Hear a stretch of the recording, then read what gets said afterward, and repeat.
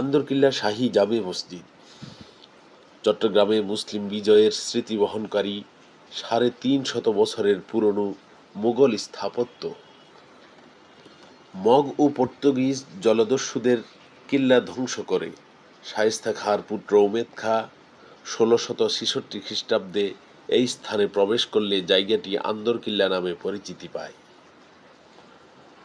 অতঃপর সম্রাট আওরঙ্গজেবের নির্দেশে শায়েস্তা খাঁ চট্টগ্রাম বিজয়ের স্মৃতিস্বরূপ ১৬৬৭ খ্রিস্টাব্দে এই মসজিদ নির্মাণ করেন।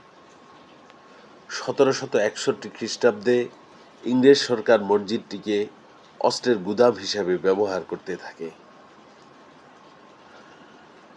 ১২৪ বছর মসজিদটি পরিত্যক্ত থাকার পর ১৮৮৫ সালে ঐতিহাসিক হামিদুল্লাহ খাঁর প্রচেষ্টায় আবারও মুসলমানদের জন্য মসজিদটি উন্মুক্ত করা হয়। ১৬ মিটার দৈর্ঘ্য এবং ৬.৯ মিটার প্রস্থ মসজিদের মূল ভবনটির পশ্চিম দেয়াল পোড়া মাটির এবং বাকি ৩টি দেওয়াল পাথরের তৈরি। একটি দেওয়ালের পুরুত্ব ২.২ মিটার, প্রায় ৭.৫ ফুট। মাঝে একটি বড় গম্বুজ এবং দুপাশে দুটি ছোট গম্বুজ দ্বারা মসজিদের ছাদ আবৃত। সর্বমোট ৫টি প্রবেশদ্বার রয়েছে মসজিদটিতে।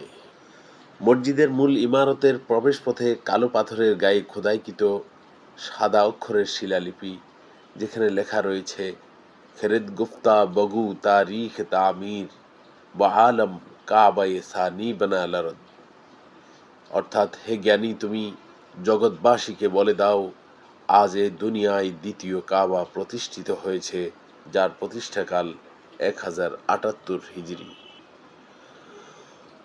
প্রতিষ্ঠার পর থেকে এই মসজিদের ইমাম খতিব নিযুক্ত হতেন মদিনার আওলাদে রাসূলগণ।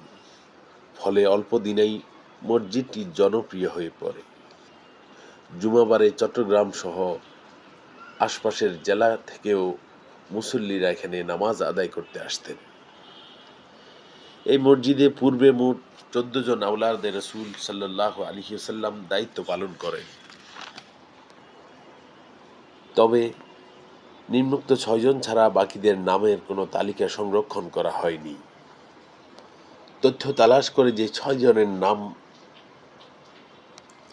উদ্ধার করা হয়েছে তাদের মধ্যে প্রথম হযরত সৈয়দ আব্দুল্লাহ মিরদাদ রহমতুল্লাহি আলাইহি।